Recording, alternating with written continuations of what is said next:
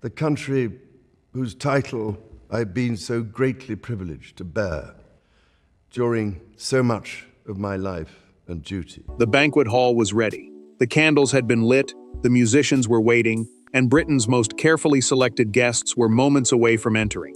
Then King Charles looked toward the palace entry line and saw a face he had not been prepared to confront. Prince Harry was standing among the arrivals. Within seconds, the monarch raised one hand, turned to his senior aide, and issued an order that stunned the entire household. Cancel the banquet. Before we go deeper into what this really means for the royal family, make sure to subscribe so you don't miss a single update. Charles did not blink. Around him, conversations died as the king stared beyond the open doors toward the son he had not expected to see. The palace banquet, a formal dinner used to honor important guests and strengthen diplomatic ties, had been planned for months. Foreign representatives, military leaders, senior royals, and trusted household members were already inside. One wrong move would humiliate the crown before the evening began. Harry felt the change before anyone spoke. Heads turned, aides stopped moving. The Duke remained in the entry line, caught between pride and embarrassment. He had entered using the same route as every approved guest, yet no place card carried his name. Charles leaned toward the master of the household, the senior official responsible for running major palace events, and spoke in a voice so controlled that it sounded more dangerous than anger. "No one enters until I understand why he is here." The order moved through the palace like a shockwave. Doors closed, musicians lowered their instruments. Guests were redirected, while senior staff opened the final seating file. Then the first secret surfaced. Harry's name had not simply been forgotten. Someone had removed it 48 hours earlier, after an earlier version of the list had briefly included him. Charles took the file himself. His fingers stopped on the altered page, and the monarch's disbelief hardened into suspicion. Harry watched from the corridor as another aide checked the security log. The result was worse. The prince had passed the first checkpoint with a valid authorization code issued from inside the royal household, the palace staff and offices supporting the sovereign. Someone close to the event had deliberately cleared his path. Harry did not step forward. Charles did not order him away. Instead, the king shut the banquet doors and demanded the name behind the code. In that instant, the cancelled dinner became far more dangerous than a family embarrassment. Someone inside the palace had engineered this collision, and Charles needed to know why Harry had come before father and son were forced into the same room. The banquet hall was ready, the candles had been lit, the musicians were waiting, and Britain's most carefully selected guests were moments away from entering. Then King Charles looked toward the palace entry line and saw a face he had not been prepared to confront. Prince Harry was standing among the arrivals. Within seconds, the monarch raised one hand, turned to his senior aide, and issued an order that stunned the entire household. Cancel the banquet. Before we go deeper into what this really means for the royal family, make sure to subscribe so you don't miss a single update. Charles did not blink. Around him, conversations died as the king stared beyond the open doors toward the son he had not expected to see. The palace banquet, a formal dinner used to honor important guests and strengthen diplomatic ties, had been planned for months. Foreign representatives, military leaders, senior royals, and trusted household members were already inside. One wrong move would humiliate the crown before the evening began. Harry felt the change before anyone spoke. Heads turned. Aides stopped moving. The Duke remained in the entry line, caught between pride and embarrassment. He had entered using the same route as every approved guest, yet no place card carried his name. Charles leaned toward the master of the household, the senior official responsible for running major palace events, and spoke in a voice so controlled that it sounded more dangerous than anger. "No one enters until I understand why he is here." The order moved through the palace like a shockwave. Doors closed. Musicians lowered their instruments. Guests were redirected while senior staff opened the final seating file. Then the first secret surfaced. Harry's name had not simply been forgotten. Someone had removed it 48 hours earlier, after an earlier version of the list had briefly included him. Charles took the file himself.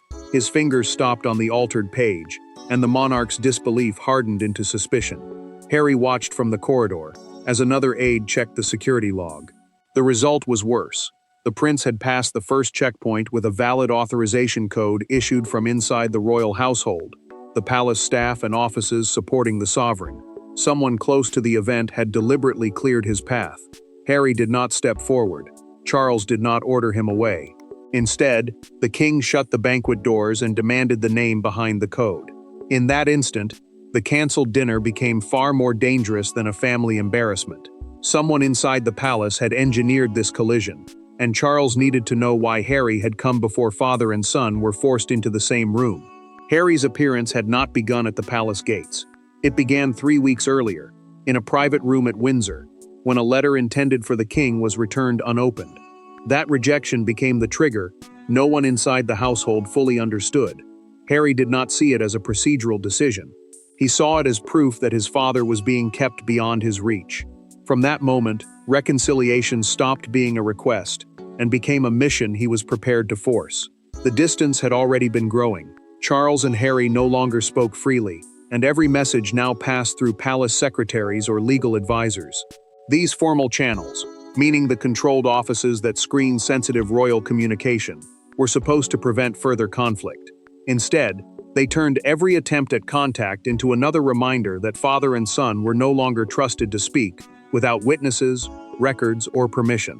Harry learned about the banquet through a documented schedule shared with his representative.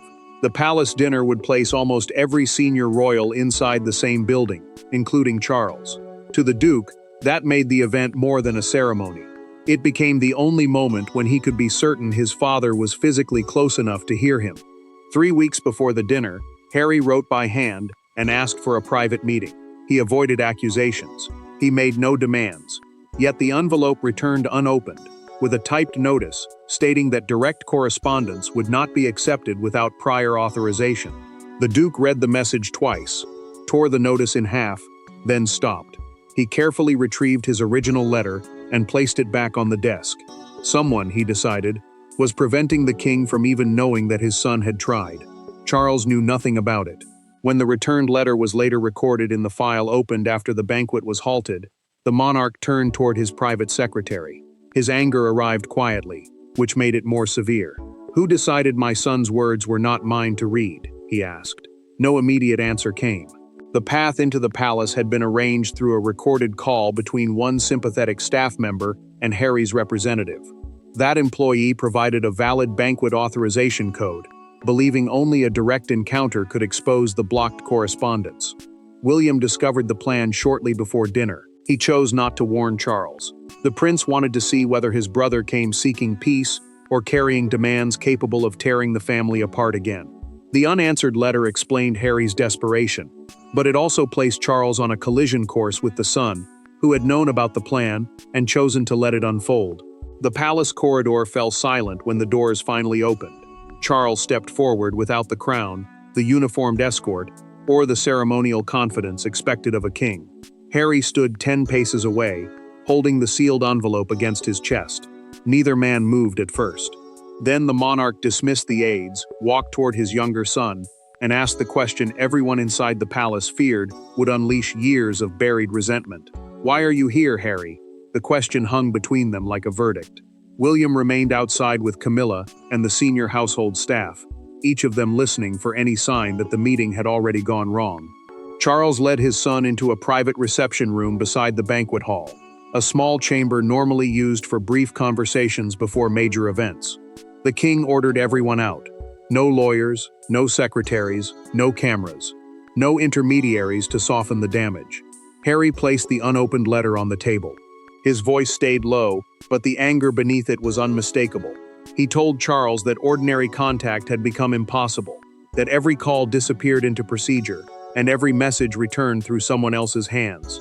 The Duke said he would rather be rejected in public than erased in silence. He had not come to embarrass his father, but he refused to keep begging unseen. Charles answered with fury of his own. He told Harry that arriving uninvited at a state banquet, a formal dinner held for national and diplomatic purposes, had placed the crown in an impossible position. The monarch struck the table once with his palm. Then his voice dropped. Pain replaced anger. "You forced me to choose between my duty and my son." Harry pushed the returned envelope forward. Charles read the typed notice, then sat down slowly. The words had been issued in his name, yet he had never approved them. For several seconds, the king said nothing. The silence changed everything. Harry opened the sealed packet he had carried inside. It contained dates, blocked calls, private letters, and proposed meetings that had never reached Charles. Each entry was documented. Each refusal had a name beside it. Then the final page exposed the most dangerous detail of all. William's office had been informed about one attempted meeting and had allowed the barrier to remain. Charles rose immediately. He opened the door and asked for the Prince of Wales, the heir next in line to the throne, to be brought in. Outside, William heard his title and understood the reckoning had reached him. The confrontation between father and son had exposed a hidden barrier, but the next clash would decide whether it had protected the king or controlled him. William entered the room, knowing the banquet had already collapsed, but he did not yet know that his own name appeared inside Harry's file. Charles stood beside the table with the document open. Harry remained near the window, refusing to look away. For the first time that evening, the crisis was no longer about an unauthorized guest. It was about power who could reach the sovereign, who could be denied, and who had quietly assumed the right to decide. William understood the danger immediately.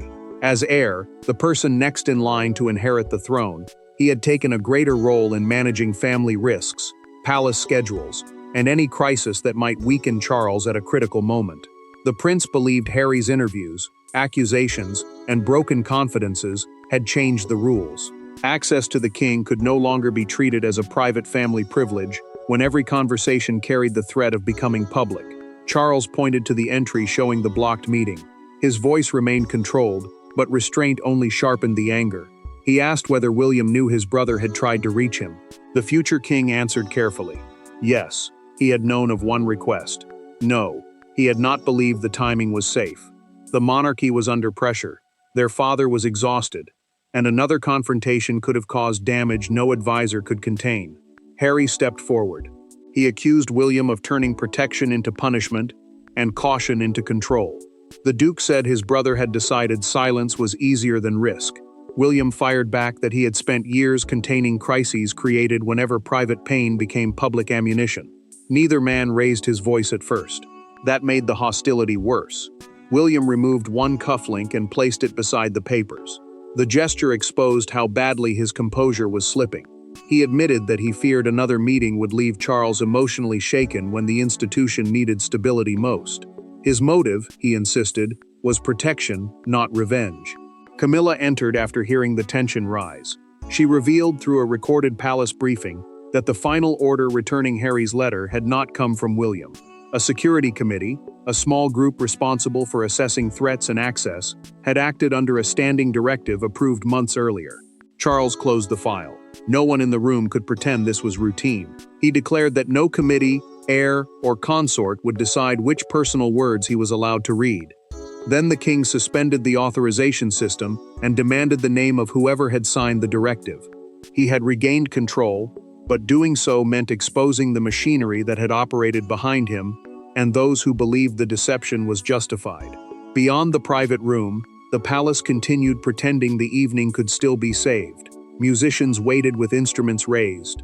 Silver covers remained untouched. Foreign guests whispered beneath chandeliers, while aides searched desperately for an explanation. Then the order arrived. The banquet would not be delayed. It would be abandoned entirely. As the announcement moved through the hall, Camilla sat alone at the head table and understood that Charles had chosen a family reckoning over the image of royal perfection. The official explanation came moments later. Senior guests were told that an urgent private family matter required the king's immediate attention, and that the palace banquet had been canceled. A state banquet, a formal royal dinner held to honor important national or diplomatic guests, carried meaning far beyond one evening. Canceling it risked embarrassment abroad, insult at home, and questions the household could not easily silence. Chaos followed. Diplomatic teams changed departure plans. Prepared speeches vanished into folders. Security officers redirected vehicles, while hundreds of staff members began dismantling months of work. Camilla remained seated after the room started to empty. The queen consort touched the unused place card beside Charles's chair and quietly asked an aide whether he intended to return. The aide could not answer. For Camilla, that silence carried its own warning. Charles was no longer managing an event. He was confronting a wound the palace had concealed for years. Harry watched departing guests pass through the corridor. Their lowered voices told him what no official statement could soften. His arrival had humiliated his father before the world. The Duke's defiance finally cracked. He told Charles that he had come to be heard, not to destroy the night. The king listened, but he did not offer comfort. Not yet. Charles entered the abandoned hall and removed his own place card. Before the senior staff, the monarch declared that responsibility for the cancellation belonged to him alone. Harry would not be blamed. No courtier would be sacrificed to protect appearances. The choice had been royal, personal, and final. The records delivered one more blow. The communication restriction had been approved months earlier, under authority Charles delegated during a period of intense pressure. Yet the final signature belonged to a senior advisor who had already left the palace before questions began. Someone had acted boldly, then disappeared. William expected Harry to be escorted out. Camilla expected the doors to close behind him. Instead, Charles asked his younger son to remain overnight. The request shocked the prince and unsettled the queen consort. By keeping Harry inside the palace, the king transformed public humiliation into a private test and forced both sons to remain beneath the same roof. After midnight, the palace was finally still. No advisors waited outside. No security files lay open. Charles entered a small sitting room where Harry stood beside an unlit fireplace, no longer carrying the envelope that had brought the evening to ruin. The king closed the door himself. For the first time, there was no "Your Majesty," no "Duke," and no argument about procedure. There were only two men facing the damage between them and deciding whether it could be survived. William had withdrawn without protest, though the prince's silence carried more tension than any argument. Camilla followed the remaining aides upstairs, leaving Charles and Harry alone, with nothing between them except years of wounded trust. The monarch set one rule before either man spoke: no discussion of press strategy, royal titles, security arrangements, money, or public statements. Those subjects could wait. First, they would speak as father and son. Charles began with the confession Harry had never expected to hear. He admitted that palace systems had created distance because he had allowed them to. Every private conversation seemed to carry the risk of another public rupture, another statement, another wound exposed before millions. Avoidance had felt safer than rejection. Yet as the king said the words aloud, he understood the truth. Silence had injured them both just as deeply. Harry did not defend himself. The Duke admitted that entering the banquet line had been reckless. He wanted to force his father to see him, but anger had shaped the plan. Part of him wanted the palace to feel the same disruption he had felt whenever letters disappeared and calls went unanswered. It was not noble. It was desperation sharpened into defiance. Charles picked up the original handwritten letter. He opened it in front of Harry and read every line without interruption. When he finished, the monarch folded it carefully and placed it inside his jacket, rather than returning it to the table. That small choice carried more weight than an apology. Then Charles offered a narrow path forward. Harry would receive a private number controlled only by the king, and they would speak directly once each month. The arrangement would survive only if their conversations remained confidential, and if the Duke respected William's role as heir. Harry accepted without asking for titles, privileges, or public restoration. Before leaving, he asked whether Charles regretted canceling the banquet. The king answered that he regretted needing to but not choosing his family, once the truth was known. Their agreement did not erase the past, but by morning, the world would discover that the ruined evening had achieved what the palace had failed to create for years: an honest boundary. At sunrise, the palace gates were surrounded by cameras, correspondence, and crowds demanding to know why one of the year's most important royal banquets had vanished without warning. The official statement offered only a family emergency. Then a single photograph emerged: Harry leaving through a side entrance while Charles stood several steps behind him. They were not embracing. They were not arguing. Yet the space between them appeared smaller than it had for years, and Britain understood the story had changed. Buckingham Palace moved first. The official royal residence confirmed that the banquet had been cancelled by the king personally, and every invited guest would receive a formal apology before a new date was arranged. The statement was controlled, but the consequences were not. Diplomats wanted reassurance. Commentators demanded explanations. The public wanted to know why ceremony had been sacrificed so suddenly. William left through another exit and offered no comment. The prince's silence protected the agreement reached overnight, but it also revealed how deeply the crisis had unsettled him. Camilla continued with her next engagement, composed and careful. The queen consort refused to answer questions about Harry, yet her restraint made the speculation louder. Harry faced the press line before anyone else. The Duke paused at the side entrance, then turned back toward Charles. He gave his father a small nod. The monarch returned it. Harry walked away without approaching the microphones, releasing a statement, or attempting to claim victory. For once, silence did not feel like punishment. It felt like a promise. Charles carried the public cost himself. He reviewed the diplomatic apology, corrected one sentence, and signed it without shifting blame onto his younger son. The king understood that criticism would follow, but protecting the truth of their private conversation mattered more than protecting his pride. A special newspaper edition captured the shock with a front page showing the darkened banquet windows beneath the headline, "The Dinner That Never Began." A smaller image showed Harry alone near the palace gates. Outside Buckingham Palace, a woman placed two handwritten cards together against the railings. One read, "Protect the crown." The other read, "A father first." The pairing captured a nation divided between duty and compassion. Then the royal household announced an internal review of how personal correspondence to the sovereign, the reigning monarch, was screened. Charles was not allowing the crisis to fade into another palace scandal. He intended to change the system that had helped create it. The world saw a banquet canceled, a family divided, and a monarch exposed, but the final meaning would depend on what he preserved afterward. And that choice would deliver the final verdict on the night itself. The palace banquet was meant to display order, continuity, and royal control. Instead, its empty tables revealed how fragile those things had become. Charles canceled an evening designed to strengthen the monarchy because Harry forced him to confront a failure. Father and son had become so distant that an entry line was their last meeting place. The scandal was not that the banquet ended. It was that silence had nearly become permanent. Charles demanded an answer, and the internal review delivered one. Palace officials had acted within security authority, yet procedures had overridden the king's right to receive correspondence from his family.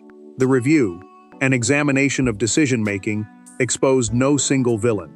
It exposed something more dangerous, a system determined to prevent scandal that deepened the wound it claimed to contain. The monarch rewrote the screening directive immediately.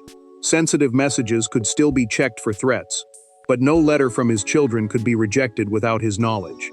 That change restored responsibility to the man whose name had been used throughout the silence. Charles would no longer allow distance to be created on his behalf. Harry did not return to effortless closeness with his father, and the Duke did not regain a formal royal role. Their peace was narrower, but real. They had direct contact, private boundaries, and no hidden intermediaries deciding whether they could speak. William accepted the arrangement after Charles assured him reconciliation did not erase past damage.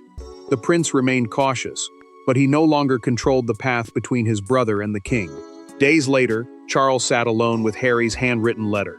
He read it again, placed it inside a locked drawer, then picked up the telephone and made the scheduled call himself. That moment revealed the truth of the cancellation. The king had not surrendered to Harry, and the Duke had not defeated the palace. Charles refused to protect royal appearances at the cost of remaining ignorant about his son. The monarchy survived the empty hall because its sovereign understood that authority without human connection becomes isolation. Harry learned that forcing open a door carries consequences. William learned that protection can become control. The banquet ended in humiliation, but the night produced something more valuable than ceremony: an honest boundary strong enough to preserve the crown and compassionate enough to leave room for a son. There would be other dinners and disagreements, but this crisis was complete. The palace doors reopened, the family's rules changed, and Charles chose never again to let silence speak in his name. Thanks for watching. Please don't forget to like and subscribe, and we will see you in next one.